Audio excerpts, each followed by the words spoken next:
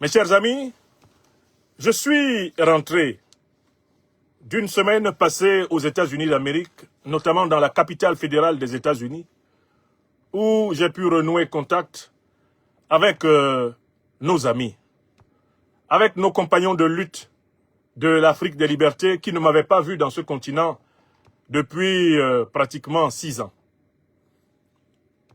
En effet, pour des raisons liées à la mauvaise propagande et aux mauvais rapports et aux accusations fallacieuses des dictatures d'Alassane Draman Ouattara et de l'autocratie macronienne, il nous avait été rendu difficile de remettre les pieds depuis 2019 sur le continent américain.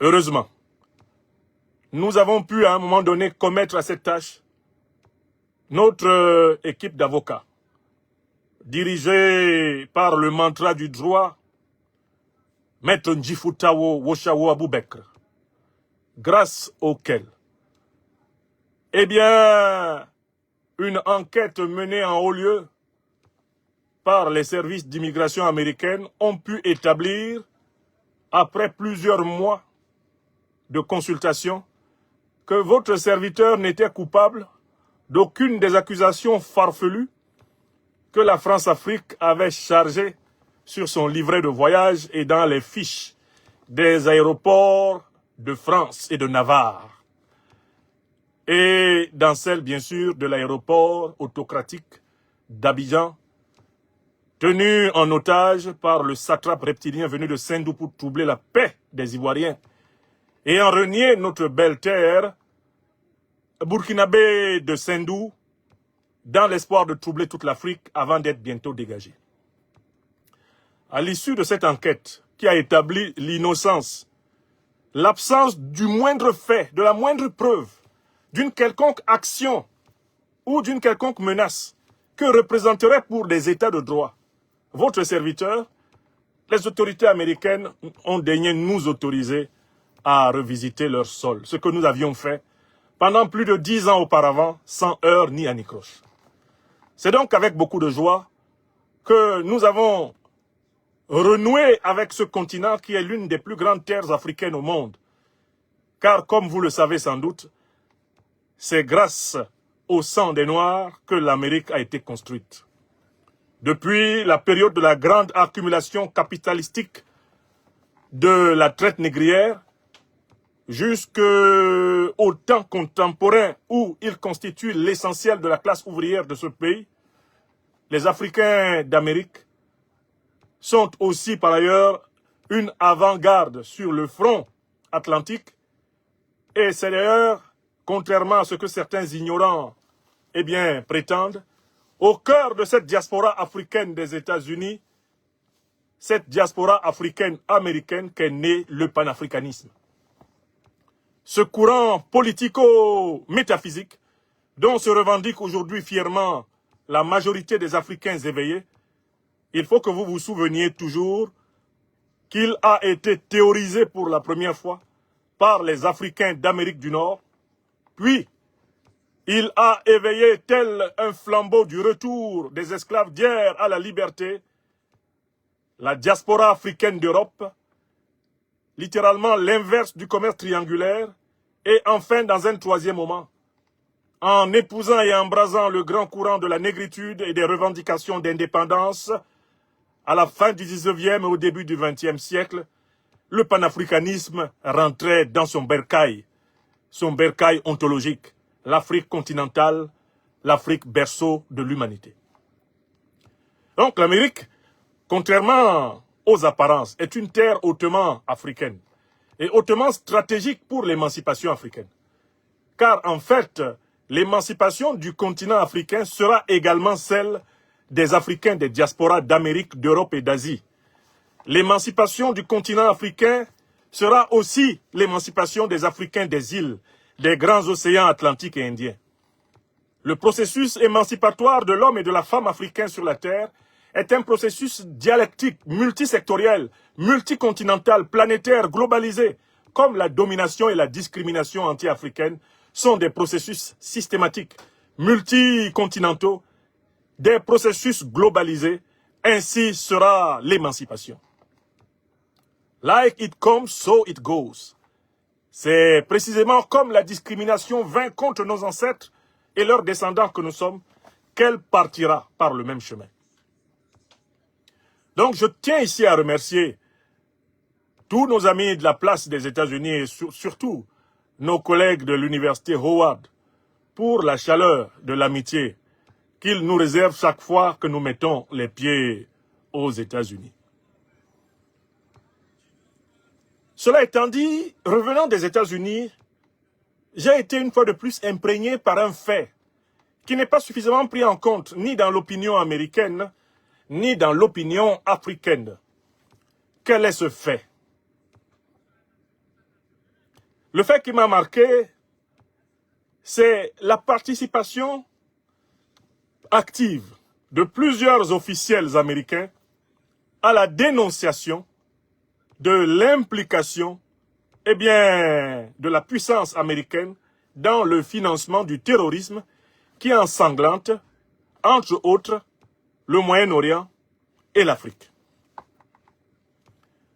Cette semaine passée aux États-Unis a été pour moi l'occasion de m'imprégner de la multiplicité des prises de parole publiques et officielles, de la récurrence des prises de parole publiques et officielles, des hommes et des femmes politiques américains, et notamment des membres des parlements américains.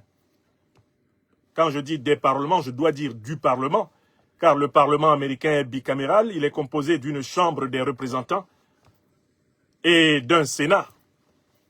C'est tout cela qui fait le Parlement américain. J'ai été frappé, en menant une simple enquête, par le très grand nombre de prises de parole d'officiels, de sénateurs, de représentants, d'hommes et de femmes politiques américains, qui plus est de tous les bords, républicains et démocrates, dénonçant la contribution active de l'État des États-Unis, de la Fédération nord-américaine, au financement du terrorisme. Certes, dans l'ouvrage que j'ai publié à Bamako au Mali, au début de cette année, qui manifestement est un ouvrage phare de l'analyse géopolitique et géostratégique africaine aujourd'hui, j'avais déjà documenté des preuves américaines du financement officiel des organisations terroristes par les États-Unis. Mais quand je les documentais au début janvier 2025, j'étais loin d'imaginer que ces preuves n'étaient que la face visible d'un iceberg de preuves toujours et encore plus nombreuses, toujours et encore plus riches. Au point que je me suis engagé à constituer une nouvelle recherche à part que nous allons appeler exclusivement quand les États-Unis s'auto-accusent, quand les États-Unis avouent tout. Les preuves officielles américaines du soutien américain au terrorisme au Moyen-Orient et en Afrique. Je vais mener une recherche scientifique complète sur ce point et je vais la traduire en anglais américain. De telle façon que quand je reviendrai aux États-Unis, j'exposerai ces travaux basés sur les données officielles américaines à l'ensemble de la communauté politico-scientifique américaine, afin que nul n'ignore que les Africains ont entièrement documenté la responsabilité morale, la responsabilité juridique, la responsabilité politique de la Fédération américaine dans la déstabilisation qu'ils subissent aujourd'hui. C'est un devoir scientifique que nous devons remplir. Et je souhaiterais d'ailleurs que dans ce travail, nous soyons plusieurs scientifiques, africains et américains, qui aient contribué à cela. Voilà pourquoi, dans les 3 mois qui viennent, j'essaierai de contacter le plus grand nombre d'écrivains, de philosophes, d'analystes des sciences politiques, de journalistes qui voudraient participer à ce volume intitulé « Quand l'Amérique s'accuse officiellement de soutien au terrorisme ». Dans ce volume, on ne trouvera pas une seule opinion qui soit de Franklin Nyamsi ou à Cameroun ou à Africa. On ne trouvera pas une seule opinion qui soit de tel ou de tel chercheur. Ce sera essentiellement un volume empirique c'est-à-dire une espèce de bible des preuves officielles du soutien américain au terrorisme au Moyen-Orient et en Afrique. Je dis bien la bible des preuves. Je pense qu'un tel document est une bonne base pour discuter avec la classe politique américaine de tous les bords, et c'est une bonne base pour créer les conditions d'un véritable dialogue afro-américain. Je veux dire un dialogue entre l'Afrique et l'Amérique. Quand j'étais justement aux États-Unis la semaine qui vient de s'achever, qui s'achève, j'ai prononcé 2 courtes allocutions sur la place du Capitole à Washington. Et dans ces allocutions, j'appelais le peuple américain, en français, en anglais et en bassa bantou, africain du Cameroun, à entrer en dialogue avec la société civile africaine. Il est important que nous sachions ce que les Américains ordinaires savent de nous et que nous fassions savoir aux Américains ordinaires ce qu'ils doivent savoir de nous et qu'ils nous fassent savoir ce que nous devons savoir d'eux. Le dialogue exclusif entre les classes politiques n'est pas forcément le plus fécond en termes de transformation et de métamorphose ou d'amélioration des rapports humains. Il nous faut trouver des canaux pour parler à la société civile américaine, pour discuter avec la société civile américaine, c'est-à-dire avec les intellectuels américains, avec la presse américaine, avec les leaders d'opinion américains, avec les influenceurs américains, tous ceux qui prétendent produire une certaine vérité. Il faut que nous, intellectuels africains, militants, activistes panafricanistes, nous leur parlions. Pendant très longtemps, on est resté un peu enfermé dans les cercles de la seule diplomatie politique, la diplomatie officielle. Il nous faut insister, je pense, sur la diplomatie culturelle. Parce que les gouvernements ne changent véritablement que quand ils sont sous la pression de peuples avertis. Et le sentiment que j'ai, depuis que je visite les États-Unis, c'est que l'ignorance de la réalité de l'Afrique s'aggrave au fur et à mesure que les États-Unis s'enfoncent dans le XXIe siècle. Les discussions ordinaires avec les Américains, eh bien, au supermarché, dans les salons de coiffure, les discussions ordinaires dans les pubs, dans les bus, les discussions ordinaires avec eux sur les places publiques, m'ont amené à me rendre compte que leur ignorance de l'Afrique s'aggrave. Ils savent de moins en moins ce que c'est que l'Afrique. Et l'Amérique est massivement, eh bien, jeune. Elle est massivement noire, elle est massivement latino-américaine. L'Amérique est bien sûr toujours blanche. Mais ce qui frappe, c'est que toute discussion approfondie sur l'Afrique, avec l'homme, la femme de la classe moyenne américaine, se heurte à un mur d'ignorance. Autant l'Africain de la classe moyenne, et même de culture moyenne, a une certaine idée précise de ce que c'est que l'Amérique, peut vous dire que New York et Washington se trouvent sur la côte Est, et que San Francisco se trouve sur la côte Ouest, autant l'Américain moyen est incapable de vous situer plus de 3 capitales sur le continent africain.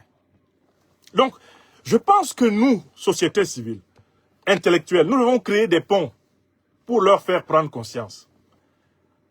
D'abord de ce que nous savons, de ce qu'ils doivent savoir de nous, c'est-à-dire pour ne pas laisser l'image de l'Afrique être déterminée par l'élite politique, l'élite commerciale, industrielle, l'élite militaire et tout ce qu'on a appelé le deep state américain. Ce ne sont pas eux qui doivent faire l'opinion que les Américains ont des Africains.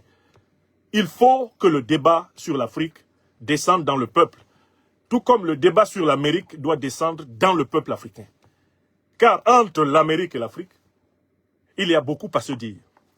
Il y a beaucoup à transformer, il y a beaucoup à changer, il y a beaucoup à faire. Alors voilà pourquoi je choisis, dans cette première partie de cette émission panoramique, de vous faire écouter deux courtes séries de preuves que j'ai sélectionnées aujourd'hui. 2 petites séries de preuves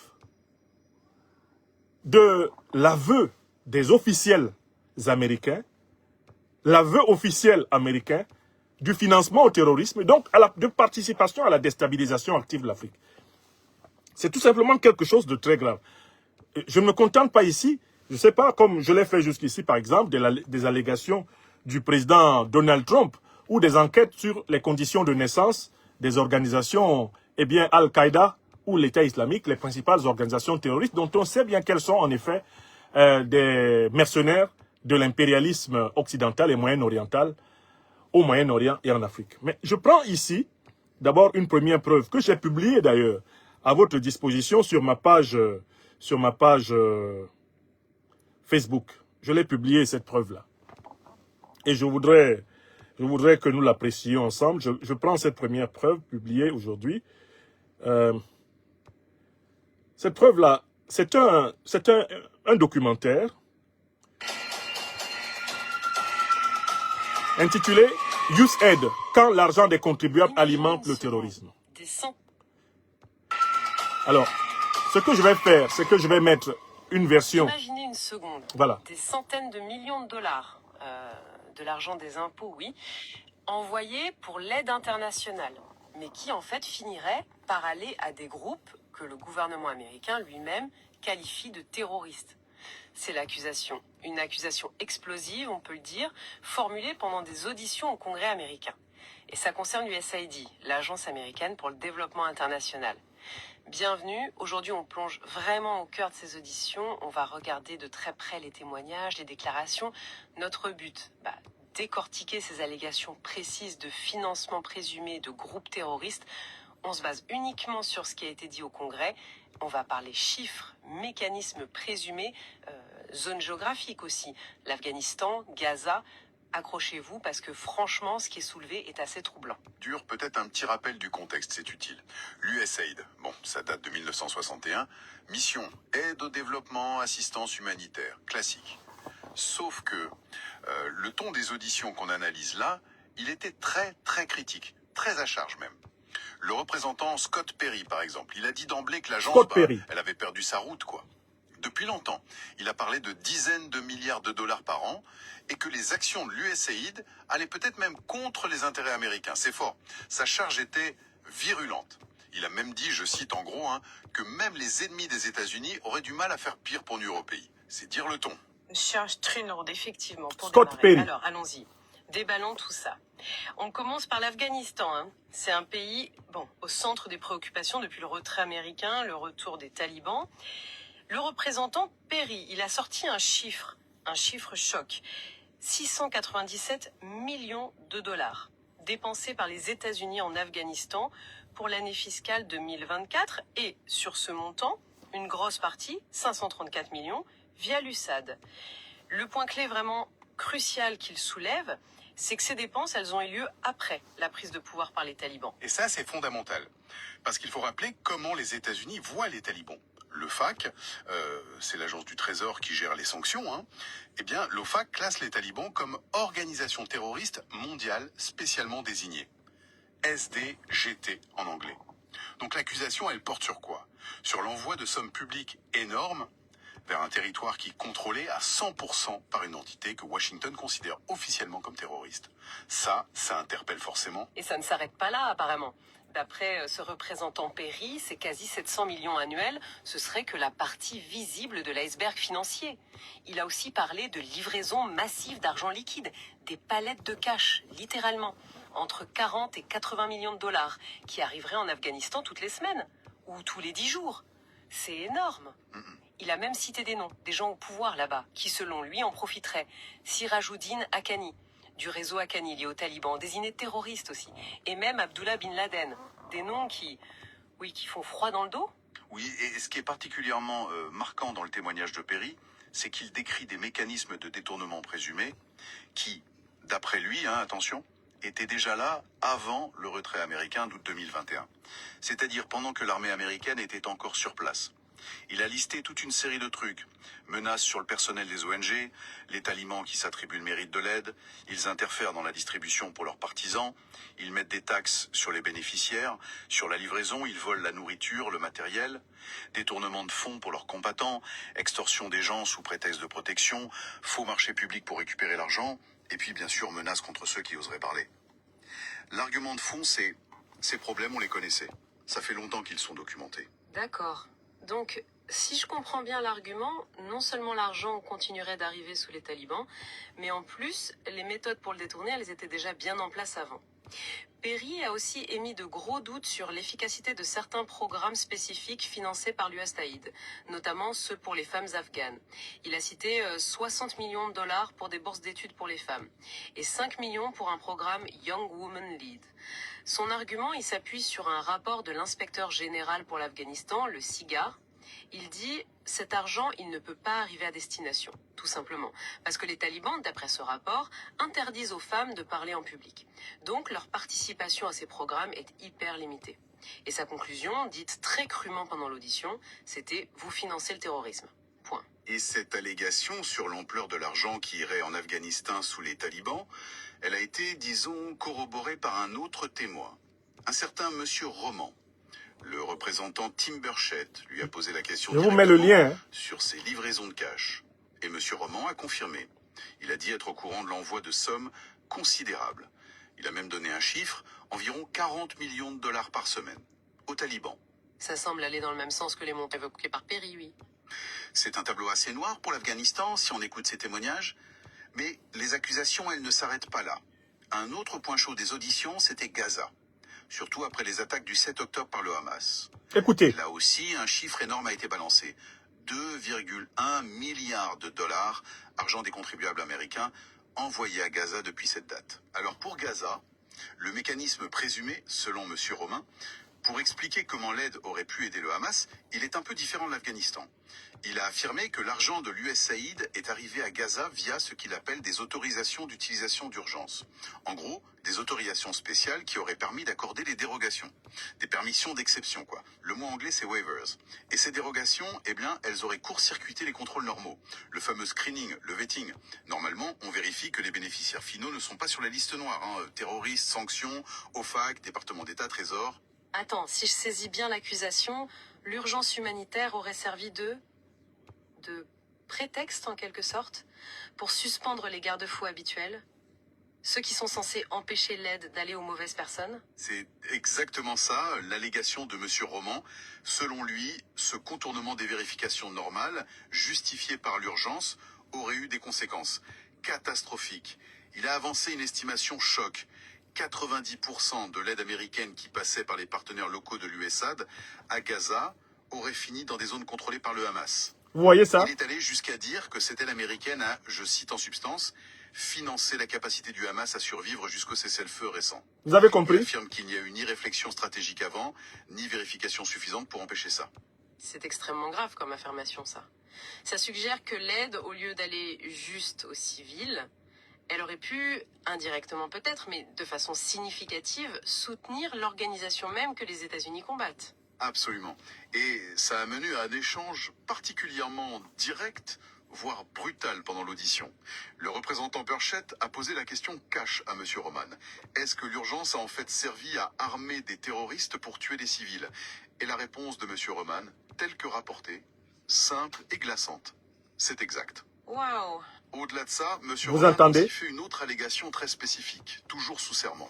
Elle visait l'administratrice de l'USAID elle-même, Samantha Power. Il a affirmé qu'elle aurait une intention, je cite prudemment, d'empêcher Israël de se défendre. C'est une accusation très personnelle, faite dans un cadre très officiel. Et les inquiétudes soulevées, elles ne se limitent pas à l'Afghanistan et Gaza. Monsieur Roman a élargi le spectre. Il a listé d'autres groupes, désignés terroristes ou hostiles en tout cas, qui, selon lui, auraient reçu une aide indirecte via les fonds américains dans différentes régions. Il a cité explicitement Al-Shabaab en Somalie, le réseau Hamzi au Soudan, et pour l'aide qui passait par la Syrie, il a mentionné le Hamas, le djihad islamique palestinien et même le Hezbollah. Une liste qui couvre plusieurs continents, avec des groupes connus pour leur violence. Ça dessine, si tout ça est vrai, l'image d'un problème peut-être systémique, pas juste quelques cas isolés. Mais alors, comment de tels détournements ou un tel manque de contrôle présumé serait possible à cette échelle? Les témoignages ont aussi essayé d'expliquer ça en pointant des failles potentielles dans le système même de l'aide américaine. Tout à fait. Après avoir décrit les situations présumées sur le terrain, une partie des auditions s'est penchée sur les raisons structurelles. Le Sénégal est au Comment ces programme, dérives Niantio. alléguées pourraient arriver et C'est le continuer. 4e sujet. Et là, une des affirmations les plus frappantes, c'est sur le rôle de certains acteurs à Washington même.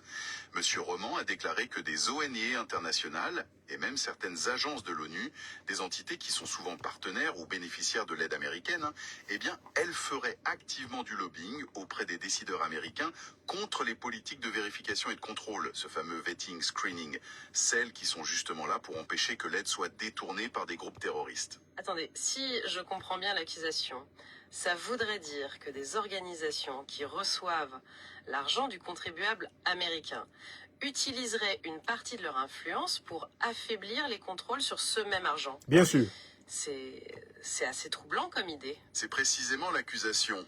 Et elle va même plus loin, avec l'allégation que l'USAID financerait même indirectement son propre lobby externe. Un témoin a donné l'exemple d'Interaction. C'est la plus grande coalition d'ONG américaines qui travaille à l'international. Il a été noté d'ailleurs qu'un des autres témoins présents avait travaillé pour Interaction. L'accusation, c'est une sorte de boucle qui s'auto-alimente. L'argent public finance l'USAID. L'USAID finance ensuite des groupes de pression comme Interaction, via des subventions, des contrats, j'imagine. Et ces groupes font ensuite du lobbying au Congrès. Pourquoi?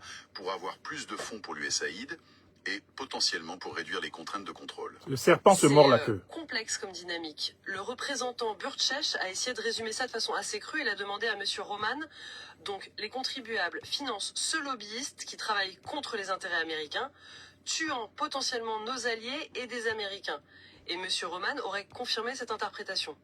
L'image donnée, c'est celle d'un système où l'argent public pourrait financer un lobbying qui irait contre la sécurité nationale du pays même qu'il fournit. Une autre faille systémique présumée évoquée, ça concerne un changement de réglementation. Un témoin, M. Primack Burchett, a corrigé son nom pendant l'échange, a affirmé qu'une règle mise en place sous l'administration précédente. Cette règle exigeait une vérification systématique des noms de tous les bénéficiaires finaux dans les zones à risque terroriste, en comparant avec des bases de données de renseignement. Et selon ce monsieur Primack, cette règle, qui visait donc à renforcer les contrôles au niveau individuel, eh bien, elle aurait été annulée par l'administration Biden. Ah oui. Ah! Si c'est exact, ça suggérerait une baisse délibérée du niveau de contrôle décidé politiquement. Les témoignages ont précisé qui aurait pris cette décision ou pourquoi? Alors, les extraits qu'on a, ils ne donnent pas ce niveau de détail sur le processus précis derrière cette annulation présumée. Mais l'allégation elle-même, elle pointe vers une possible volonté politique de réduire les contraintes de vérification, peut-être pour aller plus vite, faciliter la distribution de l'aide, mais avec les risques que ça comporte, selon les critiques qui se sont exprimées là. Et le suivi des fonds de l'USAID, au-delà même du financement direct du terrorisme, le représentant Perry a aussi parlé du Pakistan. Il a dit que sur les 20 dernières années, 840 millions de dollars ont été dépensés pour l'éducation là-bas. Et dans ce montant, il a isolé 136 millions pour construire 120 écoles. Sauf que selon lui, il n'y a aucune preuve que ces écoles existent vraiment. Wow. L'inspecteur général n'a pas pu vérifier sur le terrain. Et pour couronner le tout, il ajoute que l'USAID aurait ensuite dépensé 20 millions de plus pour des programmes éducatifs à la télé, parce que les enfants ne pouvaient pas aller dans les écoles physiques. Ils aiment tellement les Pakistanais. Cet exemple, tel que Perry le présente, il vise clairement à souligner un problème plus large. Le manque de redevabilité, de résultats concrets, vérifiables. L'idée derrière, c'est où va vraiment l'argent? Où va l'argent? Est-ce qu'on peut prouver qu'il sert à ce pourquoi il est prévu? C'est une question qui va au-delà du financement du terrorisme, mais qui alimente le scepticisme général sur la gestion de l'aide par l'agence. Le docteur des preuves est au Il faut aussi travail. noter un truc visuel utilisé pendant l'audition. Pendant qu'on parlait de financement du terrorisme de groupes hostiles, le représentant Burchett a montré des photos d'armes. Des Kalachnikov, des SKS, des fusils de sniper, des mines antipersonnelles. Il a suggéré qu'elles étaient peut-être de fabrication chinoise. Bon, il faut être précise, aucun lien direct n'a été fait dans les extraits qu'on a entre ces armes et l'aide de l'UCISID, mais montrer ces images dans ce contexte, ça visait clairement à renforcer l'inquiétude, à souligner la réalité de l'armement des groupes combattus par les USA, en toile de fond des discussions sur les détournements possibles. Exactement. Si on fait la synthèse de ce qui ressort de ces auditions, telles que rapportées dans nos sources, le cœur des accusations est extrêmement grave. Vraiment. C'est l'allégation répétée que des sommes énormes de l'aide internationale américaine, gérée en grande partie par l'USAID, finiraient directement ou indirectement dans les mains d'organisations que les États-Unis ont officiellement désignées comme terroristes. Les exemples les plus cités, Taliban en Afghanistan, Hamas à Gaza, mais la liste potentielle est plus longue. Al-Shabaab en Somalie, Hezbollah via la Syrie. Et les mécanismes présumés pour expliquer ça. Ils sont variés à plusieurs niveaux. D'un côté, les détournements sur le terrain. Corruption, violence, extorsion par ces groupes. De l'autre, des failles systémiques présumées à Washington. Contournement des procédures de vérification sous couvert d'urgence, annulation possible de règles de contrôle plus strictes. Et même ce système de lobbying jugé problématique, où des acteurs financés par l'argent public feraient pression pour affaiblir les contrôles. L'accusation fondamentale qui ressort de ces témoignages, c'est donc que l'aide américaine, même avec de bonnes intentions au départ, pourrait en pratique alimenter et soutenir ceux-là même que les États-Unis voient comme des adversaires, voire des ennemis directs. C'est une image très, très préoccupante qui se dégage de ces comptes rendus d'audition au Congrès. Face à la précision de certains chiffres, à la gravité des mécanismes décrits, aux accusations directes portées par des élus, des témoins sous serment, une question fondamentale reste en suspens. Oui. Basée strictement sur ce qu'on vient d'explorer, comment est-ce possible de garantir la traçabilité, l'intégrité de l'aide internationale? Oui. Surtout quand elle va dans des endroits aussi complexes, instables, dangereux que l'Afghanistan ou Gaza. Comment être sûr qu'elle arrive bien aux populations civiles qui en ont besoin, sans renforcer involontairement, par des failles ou des détournements, des acteurs jugés hostiles? C'est une interrogation majeure qui demeure après l'analyse de ces témoignages très critiques.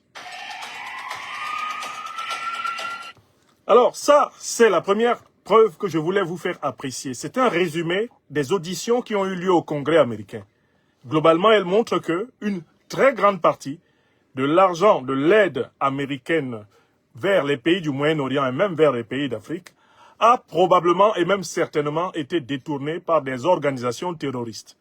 Alors que cette aide est supposée s'adresser à des populations civiles en difficulté, on se rend compte qu'elle sert à alimenter les organisations qui mettent les populations civiles en difficulté. C'est une série de preuves stupéfiantes que nous allons extraire sous forme d'archives écrites, des débats qui ont eu lieu au Congrès américain et que nous allons mettre à la disposition de toutes les Africaines, de tous les Africains, de toutes les Américaines et de tous les Américains, afin que la discussion se base sur les faits. Parce que les discussions politiques qui ne sont pas basées sur les faits ne sont pas utiles, notamment en matière de sécurité. Je prends une seconde preuve. Elle aussi scandaleuse. C'est un extrait d'une de ces auditions qui ont eu lieu au niveau du Congrès américain, où on entend justement M. Roman, l'un des témoins qui a été évoqué d'ailleurs dans la vidéo précédente, répondre devant une commission, parler devant une commission. Voilà. Monsieur Roman, savez-vous que nous envoyons 40 millions de dollars par semaine aux talibans? Oui, monsieur. Pouvez-vous citer d'autres exemples d'aide étrangère ayant bénéficié à des organisations terroristes? Nous avons aidé Al-Shabaab en Somalie. Il y a eu des cas concernant le réseau Hamza au Soudan, le Hamas, le Djihad islamique, le Hezbollah, Kataïba, ainsi que Hayat Tahrir al-Sham en Syrie. Des dizaines d'organisations terroristes ont reçu une aide indirecte par le biais de l'aide étrangère américaine. Congrès américain. Donc, cette petite vidéo, je la fais écouter. Savez-vous que nous Encore. envoyons 40 millions de dollars par semaine aux talibans? Oui, monsieur. Pouvez-vous citer d'autres exemples d'aide étrangère ayant bénéficié à des organisations terroristes? Nous avons aidé Al-Shabaab en Somalie. Il y a eu des cas concernant le réseau Hamza au Soudan, le Hamas, le Djihad islamique, le Hezbollah, Kataïba, ainsi que Hayat Tahrir al-Sham en Syrie. Des dizaines d'organisations terroristes ont reçu une aide indirecte par le biais de l'aide étrangère américaine. Monsieur Roman. Donc, là, dans ce petit extrait-là, qui montre une de ces auditions au Congrès américain, M. Roman confirme que des dizaines d'organisations terroristes ont bénéficié de l'aide étrangère américaine. Il le confirme sous serment. C'est de lui, entre autres, que parlait le précédent documentaire. Je prends un troisième extrait. Monsieur Roman, Je prends un troisième extrait. Cette fois-ci, c'est une dame qui parle essentiellement en anglais, mais je vous donnerai la traduction de ses propos. Cette dame est celle qui a remplacé Elon Musk à la tête de l'agence de la bonne gouvernance américaine. Cette dame-là, elle s'appelle, je vous donne exactement son nom, Mrs. Marjorie Taylor Greene. Elle est présidente de l'agence de la bonne gouvernance des États-Unis, qu'on appelle l'agence DOGE. Eh bien, c'est cette femme-là qui parle, et elle s'exprime ici, toujours dans un cadre officiel. Je lui donne la parole. USAID has been transformed into an America Last foreign aid slush fund to prop up extremist groups, implement censorship campaigns, and interfere in foreign elections. L'aide publique américaine, distribuée par l'USAID, a été transformée à un moyen de financer des organisations hostiles, subversives, terroristes, à financer des campagnes contraires aux objectifs affichés des États-Unis. Elle continue. To force regime change around the world. L'aide publique américaine a été détournée pour être utilisée à la déstabilisation de plusieurs régimes à travers le monde, alors que ce n'était pas cela sa finalité. Elle est une officielle américaine en train de parler, présidente, directrice de l'agence de la bonne gouvernance américaine. D'accord? On continue. That is the dark truth about USAID. That is the story the American people deserve to know. Not only was Le peuple américain doit savoir ce que l'on a fait de l'argent de l'USAID. C'est d'une importance capitale, dit-elle. USAID never designed to be what it has morphed into, but these things should never have been funded in the first place. Ce qui a été fait au nom de l'USAID ou par l'USAID n'aurait jamais dû être fait, car elle n'avait pas été créée pour ce but-là. In fiscal year 2023, USAID dispersed roughly $44 billion of aid across 160 countries. En 2023, l'USAID a dépensé 44 milliards de dollars pour environ 160 pays And regions around the world. et régions du monde. During the 4 years of the Biden administration, 181 countries received approximately Pendant le mandat de 4 ans de Joe Biden, 121 pays ont reçu approximativement $240 billion in U.S. development aid. With Ukraine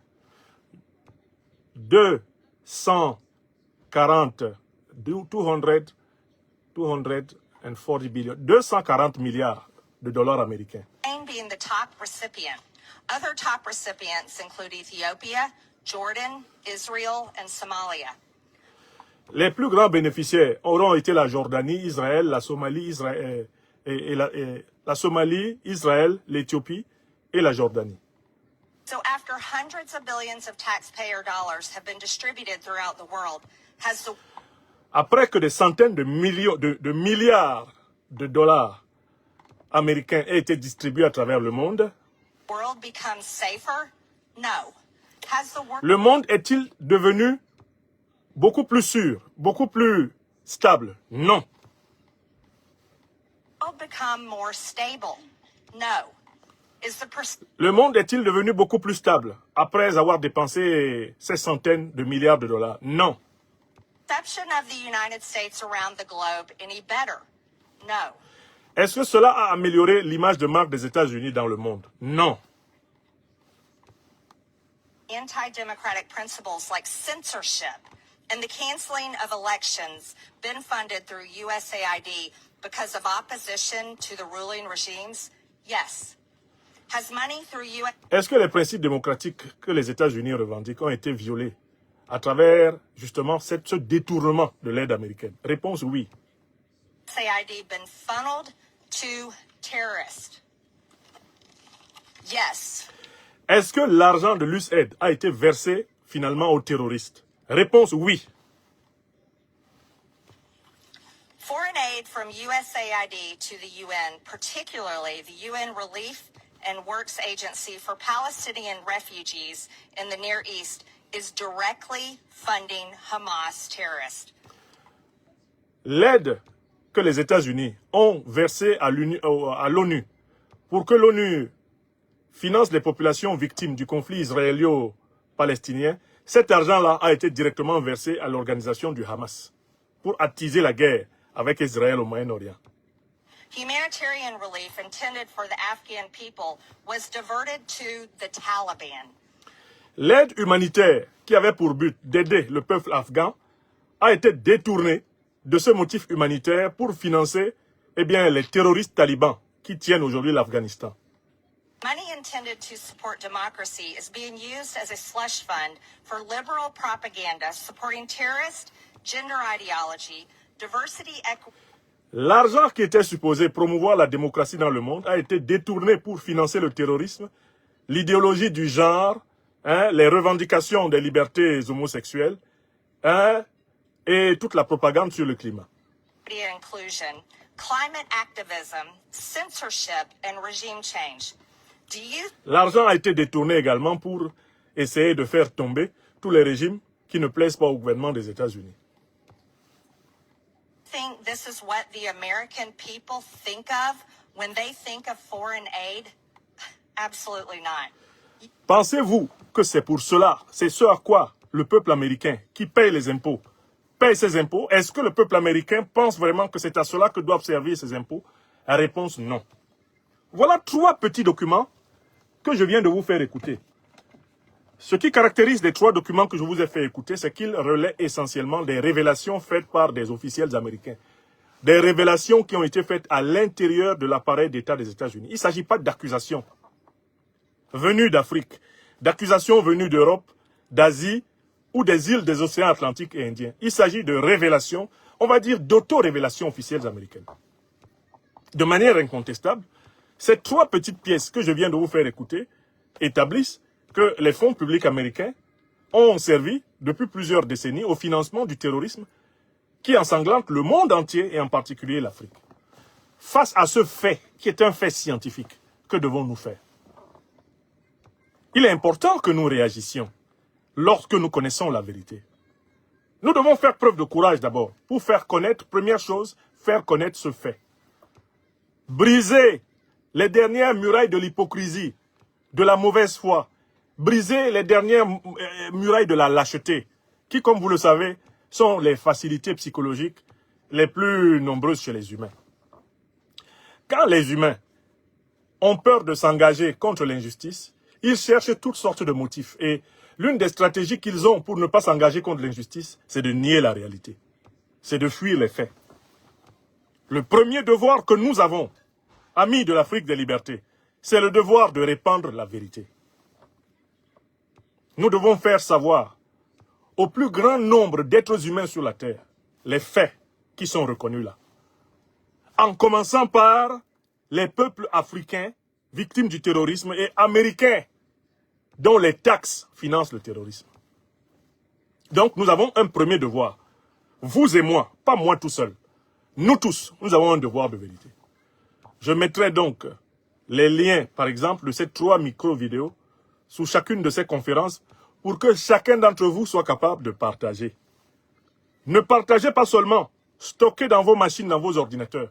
Chaque fois que vous avez l'occasion de discuter avec des Africains, des Américains, des Européens ou des Asiatiques sur le financement du terrorisme, ne vous en laissez plus compter, mes chers amis. Ayez le courage de dire la vérité.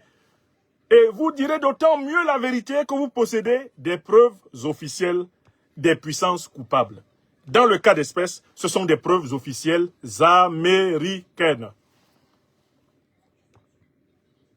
La méthode que j'ai recommandée à plusieurs d'entre nous sur ces questions épineuses, délicates, c'est la méthode qui consiste à manger notre piment dans la bouche des coupables. Nous devons être des excellents connaisseurs de ce qui se dit dans les arcanes des pouvoirs occidentaux. Et pouvoir le retourner dans une discussion, dans un débat contre eux, est la stratégie la plus efficace pour les mettre dos au mur.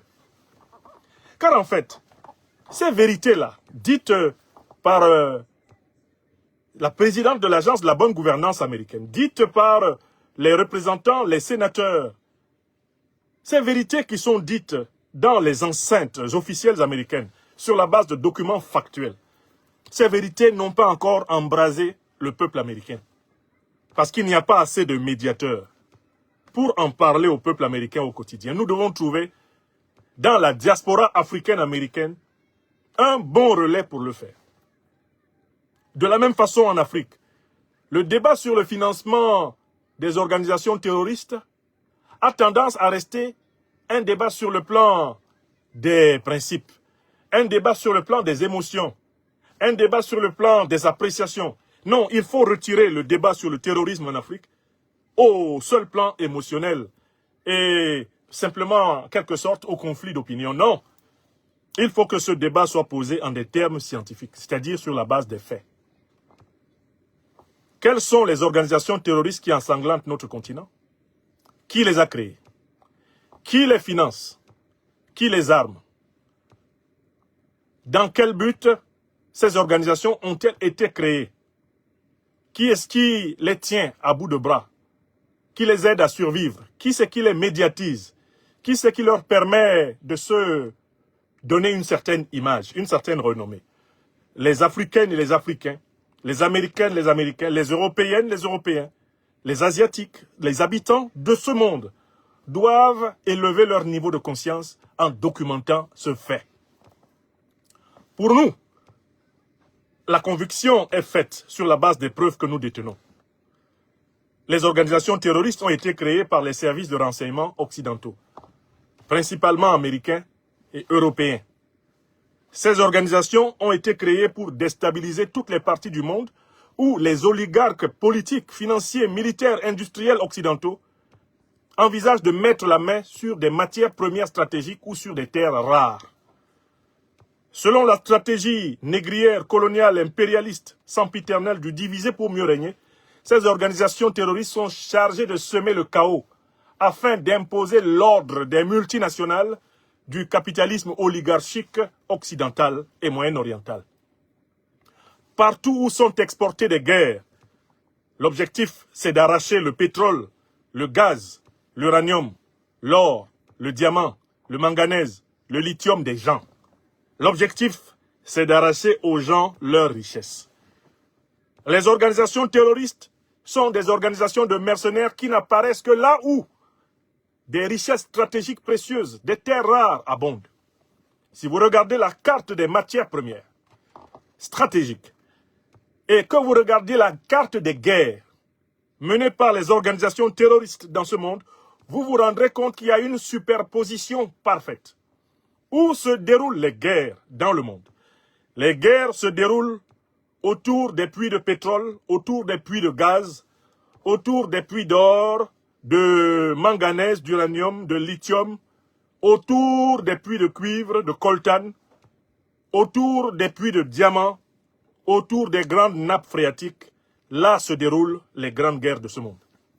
Si le Venezuela est menacé aujourd'hui de guerre, c'est parce qu'il a les plus grandes réserves pétrolières d'Amérique centrale et même d'Amérique en général. Si l'Irak a été mis à feu et à sang, c'était pour piller son pétrole. Si la Syrie a été mise à feu ou à sang, c'était pour piller son pétrole et son gaz. Si la Libye a été mise à feu ou à sang, c'est pour piller. Et cela continue aujourd'hui son pétrole et son gaz. Si le Soudan a été mis à feu et à sang et continue de l'être, c'est pour piller son pétrole et son gaz, notamment au sud et au nord son or. Si le Nigeria est à feu et à sang avec le Cameroun, le Tchad, c'est pour piller les réserves pétrolières, gazières de ces pays. Le golfe de Guinée étant la première région maritime la plus riche en ressources naturelles de la planète Terre. Si la République démocratique du Congo est taillée en coupe réglée par les suppôts de l'OTAN que sont le Rwanda et l'Ouganda à travers leurs organisations criminelles terroristes, c'est pour piller le poumon minier géantissime qu'est la République démocratique du Congo au bénéfice des multinationales occidentales. L'Union européenne a même poussé le ridicule jusqu'à signer un accord d'exploitation des matières premières stratégiques avec le Rwanda qui n'en a pas dans son propre sol. Et qui, à travers ces terroristes du M23, vient les voler au Congo pour les brader aux industries européennes et anglo-américaines. Si le Mozambique, dans la région de Cabora Bassa, est attaqué, dans la région de Cabo Delgado est attaqué, c'est parce qu'on y a trouvé de faramineuses réserves de pétrole et de gaz. les organisations terroristes n'apparaissent que pour semer le chaos, ayant pour but d'imposer aux dirigeants des pays concernés de se soumettre aux termes inégaux de la coopération économique internationale en faveur de l'Occident et en défaveur du Sud global.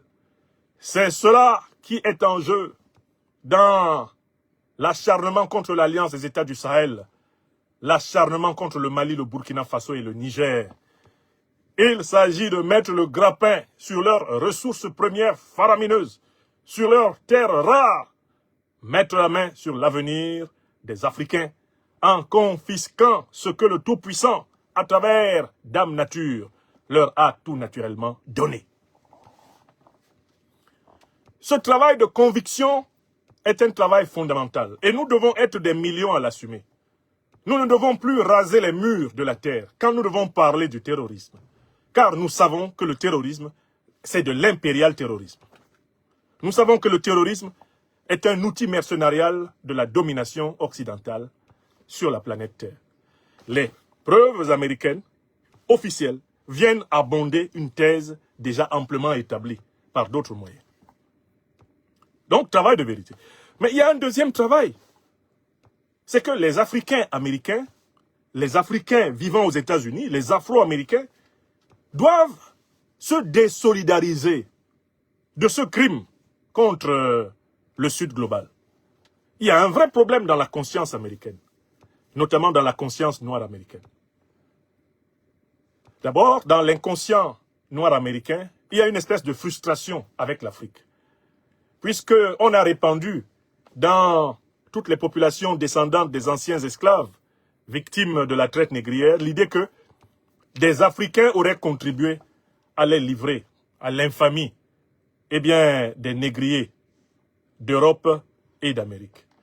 Il y a donc comme une espèce, chez certains Africains américains, il y a comme une espèce de volonté de revanche contre l'Afrique, qui passe par le fait de pactiser avec les ennemis de l'Afrique et de fermer les yeux sur la participation officielle des États-Unis au financement du terrorisme contre l'Afrique.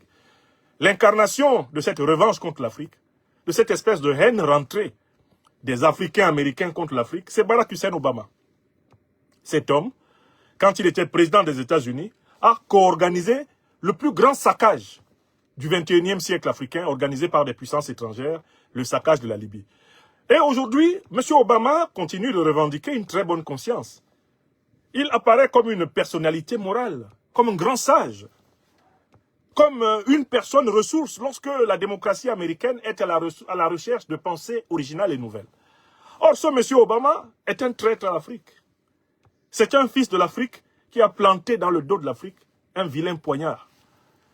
Ce n'est pas faute d'avoir été prévenu. Obama a été prévenu par tous ses contemporains que l'attaque de la Libye sonnait la déstabilisation de tout le continent africain et qu'il ne fallait pas le faire. C'était en mai 2011 à Deauville, par la bouche d'un fils de l'Afrique, l'ancien président du Niger, Mahamadou Issoufou. Mr. President, please don't destroy Libya. Because if you destroy Libya, you will destabilize all Africa, disait Mahamadou Issoufou.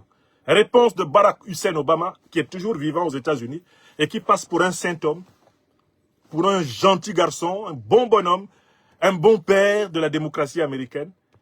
Réponse d'Obama, we will finish the job. No, we will complete the job. Nous irons jusqu'au bout. Nous avons décidé de saccager la Libye, nous savons pourquoi. Il savait pourquoi.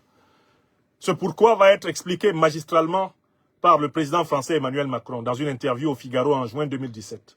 Citation. Nous, Français, nous avons eu tort de faire la guerre contre la Libye, car il en a résulté partout des États sahéliens faillis et des groupes terroristes qui prospèrent. Fin de citation. Emmanuel Macron reconnaissait par là la responsabilité de l'OTAN, la responsabilité donc de la France dans la déstabilisation du Sahel, puisqu'il établissait un lien de cause à effet entre la destruction de la Libye, l'invasion du Sahel et la prospérité du terrorisme partout en Afrique. Donc, pour moi, la deuxième idée forte, c'est que nous devons amener nos frères afro-américains ou africains d'Amérique, parce que ce n'est pas exactement la même chose. Il y a les afro-américains, c'est-à-dire les descendants d'anciens esclaves.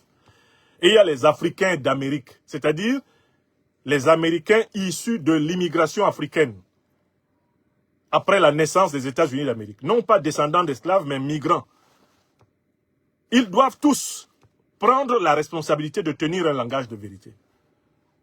Nous devons activer le lobby noir américain pour une fraternité retrouvée entre les peuples américains et africains.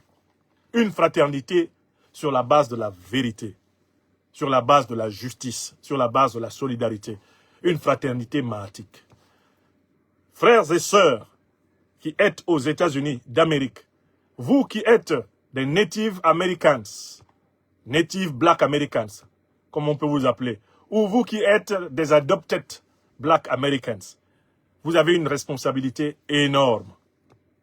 Face à cette vérité de l'implication officielle des États-Unis dans le financement du terrorisme, vous devez activer votre force comme lobby afin de mettre fin d'abord à ce financement, à ce soutien et d'engager, comme le dirait Maître Corinne Jeanne et Léa Tangan, le travail urgent des réparations à l'Afrique.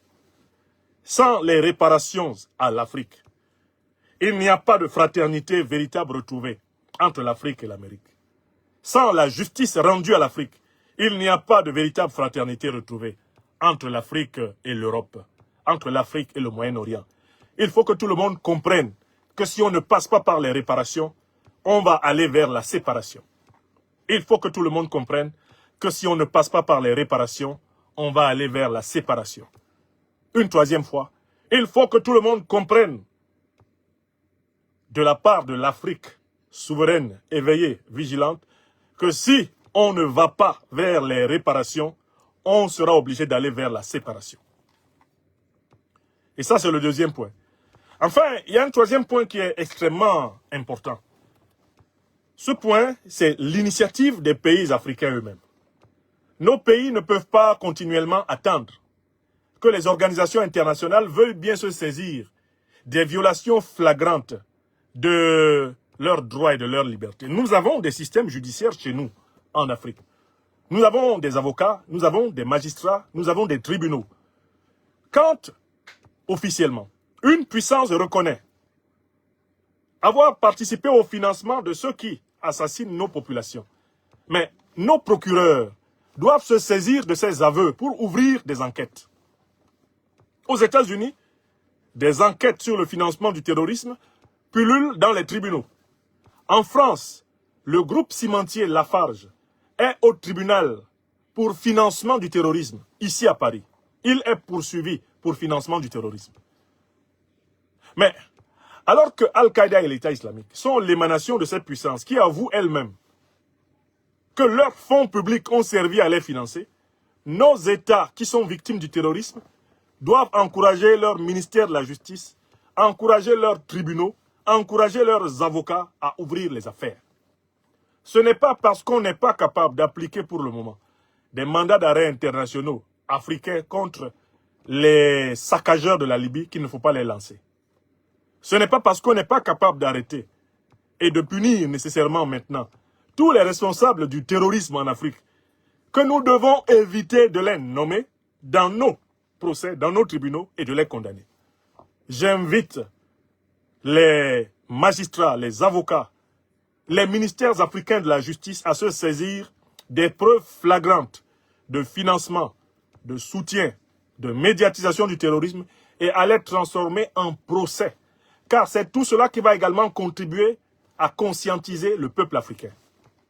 Je n'oublie pas que le peuple africain, de son côté, est confronté à ses propres renégats internes qui ne veulent pas reconnaître la réalité impérialiste, la réalité terroriste, à laquelle nous sommes confrontés.